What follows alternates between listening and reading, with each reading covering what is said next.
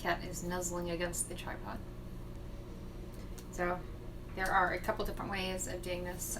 Usually I use the hoppies and I put it into a little glass shot glass. Then I use my brush to dunk it in there and scrub away it go. But I am going to use this stuff. It's also by Hoppies. It's their number 9 black. Hi, nice to join you. Let's see. Damn it, Chuck. Hi, damn it.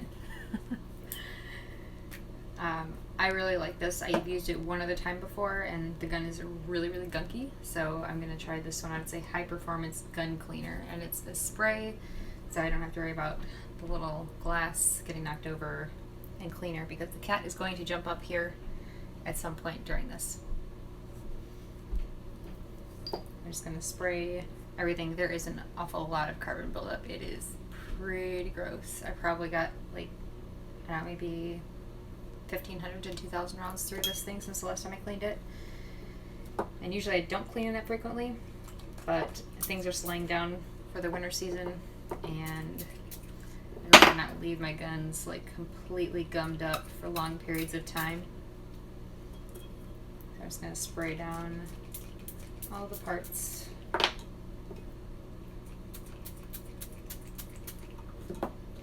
And inside the frame as well.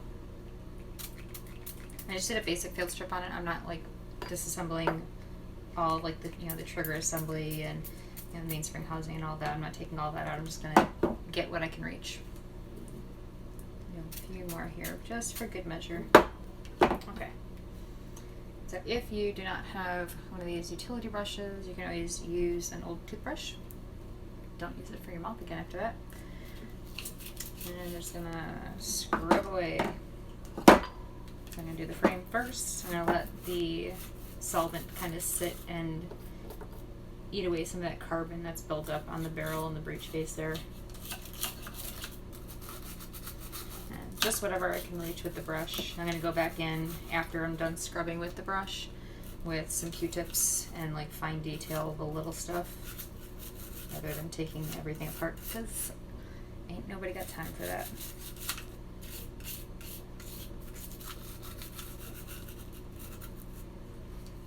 And there is already quite a bit of grime all over my workspace here. This is pretty dirty. Hi, Dan.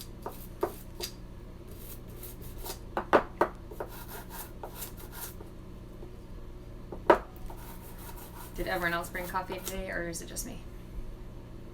I did. I brought some coffee with some protein powder in it. It's a cinnamon cookie butter protein.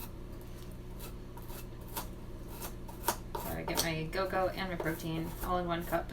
It's really good. I've actually never tried this flavor in a coffee before. It's very cinnamony. Today I am cleaning my Legion. So I just like stripped everything down. It is filthy. So good. Hi Renata, thanks for joining. And I know Renata absolutely loves coffee as well. So what kind of coffee have you had today? Or tea? Because I never know with you.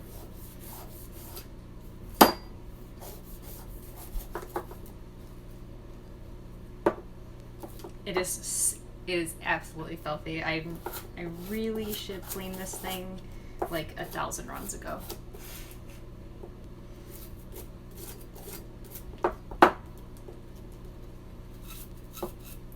So now I got the outside of the barrel done. I'm going to use this one to get the inside of the barrel.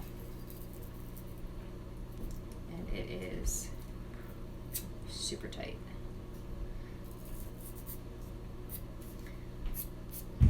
And for these, if you guys have never used these for the inside of the barrel before, let it go all the way through before you try pulling it back in the other direction.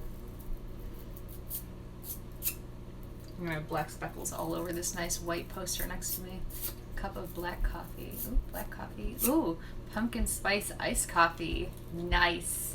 I had a feeling you were going to throw some pumpkin spice in there somewhere. Also, I'm not a huge pumpkin spice person, but I think I'm going to make that creamer that you had the recipe for, because it sounds really, really good. It doesn't sound like super overpowering, like way too much pumpkin. I like pumpkin, but the spice is a little overwhelming sometimes on some things.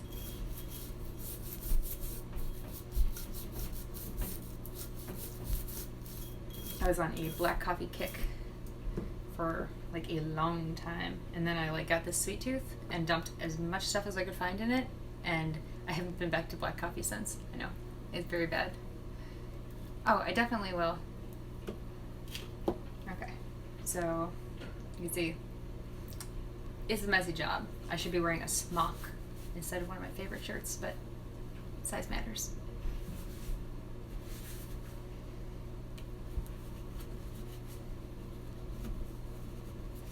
Also, and you guys can see, like, I'm not doing this on like my actual tabletop because I don't want to ruin it. So I have a parts mat here, so you can use a parts mat. The downside to parts mats is that, you know, they're going to suck up the oil that you have, the solvent that you have. It's just going to make for a big mess that's like really hard to clean outside of actually like submerging it and letting it dry. So I've been using this for a while now. I just took a giant like rubber ducky craft sheet from like the scrapbooking department at Hobby Lobby, and I laminated it. So it's a rubber ducky because it's for cleaning. Yeah, there's a little baby duck and the bubbles. It's like a bath time theme because the guns are getting a bath. It made sense.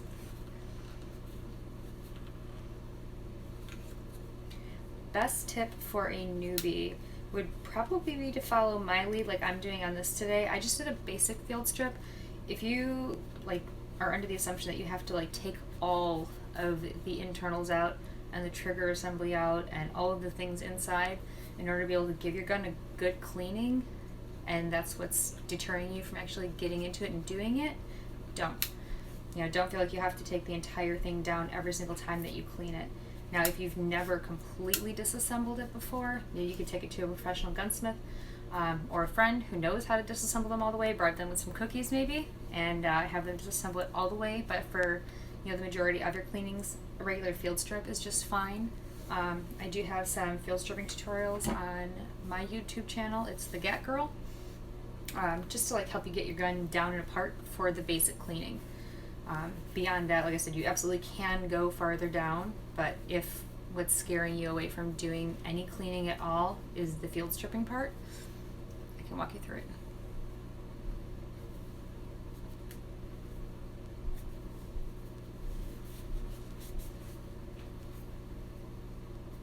There's still quite a bit of carbon buildup, so I'm actually going to hit this breech face again with some more cleaner, and I'm going to let it sit for even longer because it is... This is not one of those less is more things. More is more. Definitely.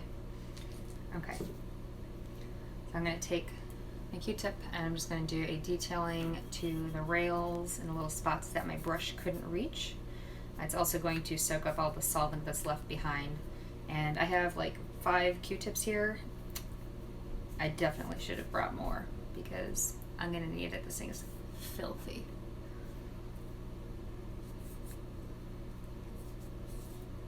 Oh, bye Dan. Enjoy dinner. I'll tell him you said hi.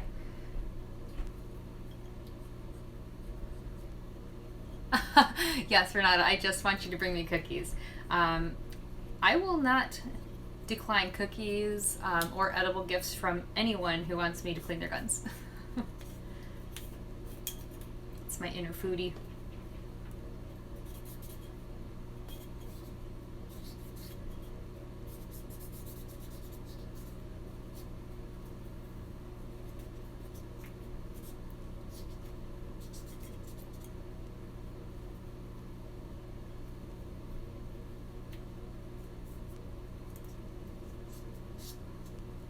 Nice thing about Q-tips is you can get in all these deep little crevices here.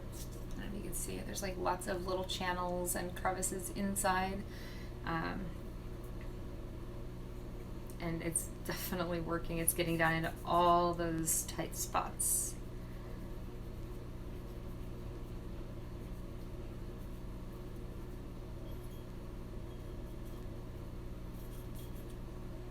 So I got all of those. I'm going to hit it once more with the rag on the big surface areas. Make sure I got all this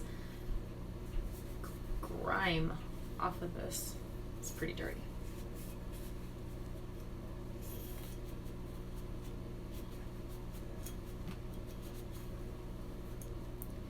outside of coffee, what kind of caffeine do you guys intake?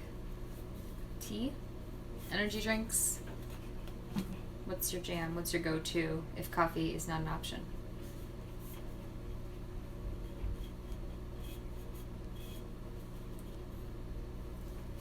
Oh, Christmas gifts for a person who loves guns like I do.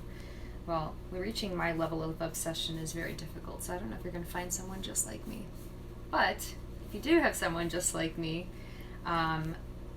Happy's makes these kits where you get like a little bit of everything for like cleaning guns. So if they don't already clean their own guns and have like a huge gun cleaning collection like I do, then like a replacement solvent, you can get them a whole kit if they don't have anything. This way they have a little bit of everything, but if they're already like really big into gun cleaning and have a lot of stuff, getting them a new bottle of the cleaner is a good idea. Ask the folks at the gun shop that you're going to, what's recommended as far as cleaners. If you're not a gun person yourself and you don't know, which one has better ratings and which one is like better for like really getting this tough stuff off of here, ask their opinion. A lot of them have opinions to give and they're more than happy to help. And this way you're not going into it completely blind. Speed loaders for magazines is always a good one. There's a universal one that'll work on any gun from 9 to 45, double stack or single stack. It doesn't matter the size of the magazine. It works with those. It's called the Uplula. It's by Maglula. So that is a great one for anyone who ever goes to the range and ever has to load a magazine ever in their life. It's going to save them a ton of time and not so much on the sore fingers, so helps out with that too. Let's see. If they don't already have a set of eye and ear protection, they do come in sets together, eyes and ears. Some of the kits that I found, like I really, really like the eyes, but I'm not so hot on the ears or vice versa. So you can always buy them individually, a set of eyes and a set of ears. And when you go to look at the sets of eyes, there's like tons of different colors. If they do a lot of outdoor shooting, yellows are going to be like the amber colored glasses. Those are going to help to like block out some of the sunlight, and they increase the sharpness during low light or like overcast shooting outside. So that's really good. Amber colored glasses.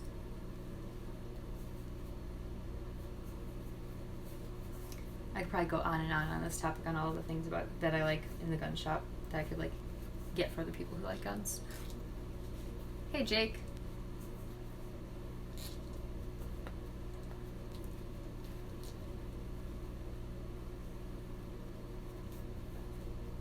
Alright, so I didn't get all of it off, but it's looking way, way better than when we started. Like, way better. I'm just going to clean off my recoil spring a little bit. It's got some grime there. Get the majority of it out. It's going to be really hard to get like in between all of the springs, but it doesn't have to be perfect. It just has to not be dripping and saturated. Okay. Alright. Bottom's clean. I'm going to hit this one more time with a Q-tip in like these small detailing areas.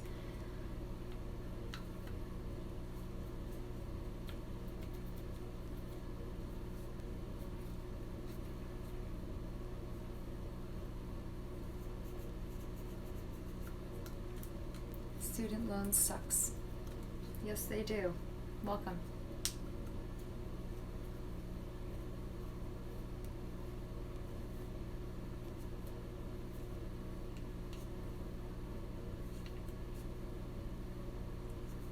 This one's pretty grimy. At a later date, I'm actually gonna have to like completely take all of it down, because even as much as I can get to with the Q-tips, which is quite a bit, it's still pretty dirty deep down in there.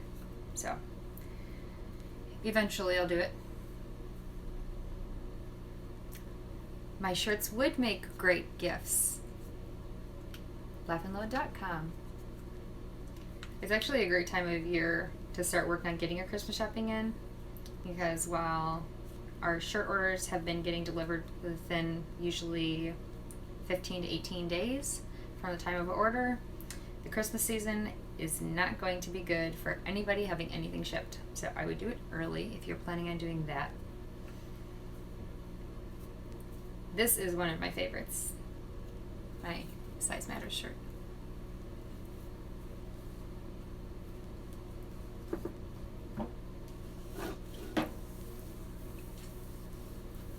Okay, what a mess. Let's get this thing oiled and put it back together.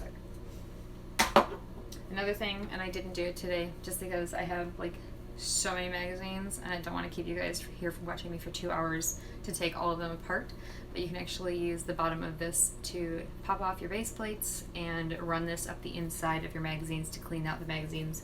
I haven't been shooting too much where it's like really dirty and muddy and I'm getting like filth inside the mags, so I'm not horribly worried about that, but these are great to get too. And I got that from, I think, Ben Steger's Pro Shop. Yes, thank you, Renata. Supporting small businesses. Okay. So for reassembly and oiling, there's only a couple points on the gun that I oil. Let's take the top off because we won't get very far. So this side is the side that holds on to the recoil spring. So this one is the one that's actually sticking out of the top of the gun. So this is the direction it's facing when you actually have it in the firearm and you're holding it. So I like to drop one little dab right here, and that's where I start it, but I usually drag it and pull it down the outside, just a very light coating. You don't want to put too much. Less is more with the lube. You know, some people put lube like all over, like everything on the inside. I would advise against that unless you do want to have to clean it every single time that you shoot. Reason for that, you're on the beach, right? Your feet are wet, you walk into the sand sticks to your feet. When you're shooting, the debris that's leaving the round is sticking to anything that's wet. So the more wet there is, the more grime sticks to all the wetness rather than just blowing out of the gun. So you do not want to over oil. I had a lady who had her gun and her husband like cleaned it, oiled it for her, and he put a bunch of oil on it. She shot it once and it was jamming all over because all of that grime was just sticking on all of the moisture. Okay, bye Renata.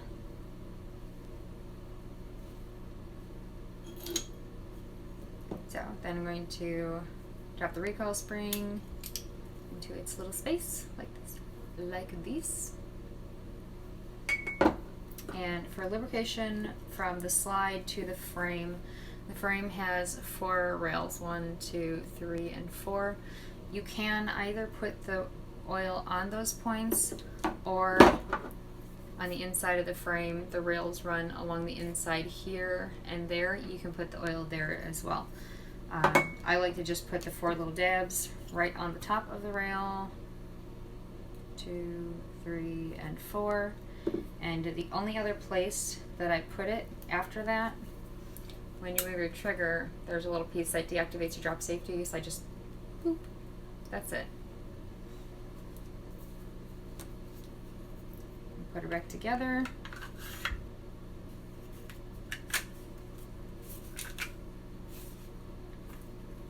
I said we're going to put her back together. There we go. Alright, I got it locked to the rear, flip it down. Let's do a function test anytime you take your gun apart. You know, make sure that you did it right. Especially if it's gun that you use for protection, because that'd be a really shitty time to find out that you did it wrong. So, the gun is clean, the gun is oiled, I have the coffee, I'm caffeinated. I'm so glad you guys joined me today. I am going to make this a regular thing, probably not every single Sunday, but I'll let you guys know when I'm running the next Gun Clean and Caffeine.